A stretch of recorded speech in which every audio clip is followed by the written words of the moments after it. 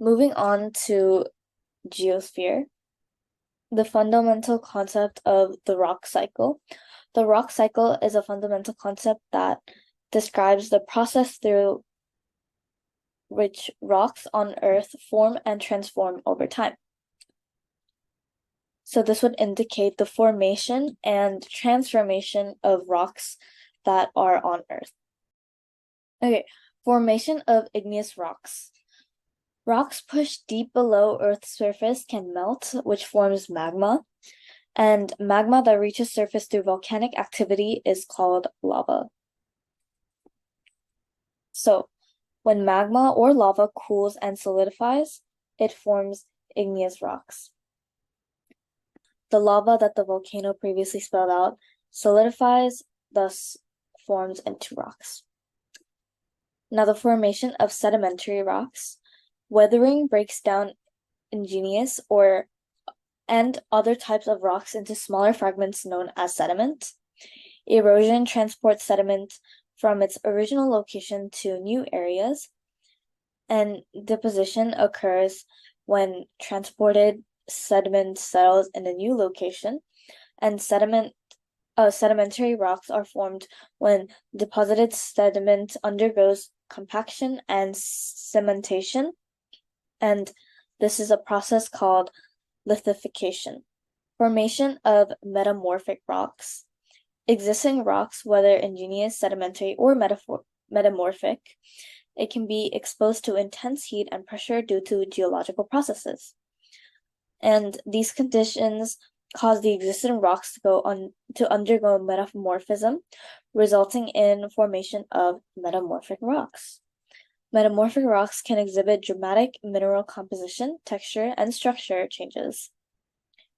The interconnected process. The rock cycle is a continuous and interconnected process, indicating that rocks can transition from one type to another over geological timescales. Metamorphic rocks can be formed into any rock type of igneous and sedimentary, or other metamorphic rocks under the right conditions. Sedimentary rocks and geological principles. Formation and structure. Sedimentary rocks often appear in horizontal layers known as strata. These strata can hold valuable information about Earth's history and the processes that shaped it. Law of superposition. In undisturbed strata, the law of superposition states that younger layers are situated above older layers. And this law principle helps geologists establish a chronological order of events in Earth's history based on the relative positions of strata. Interference by geological features. However, strata can be affected by geological features such as faults and intrusions. A fault is a fracture in Earth's crust, while an intrusion is an igneous rock mass formed within the crust. The law of cross-cutting relationships. The law of cross-cutting relationships states that when two geological features intersect, the one cutting across the other is younger. This principle aids in determining the relative ages of different geological elements. Index fossils. Some strata contains index fossils, which are fossils associated with specific periods in Earth's history. If the same index fossil is covered in distant strata, it suggests that those layers formed around the same time. The geological timescale. Geologists use the information from strata to piece together a timeline of major events in Earth's history.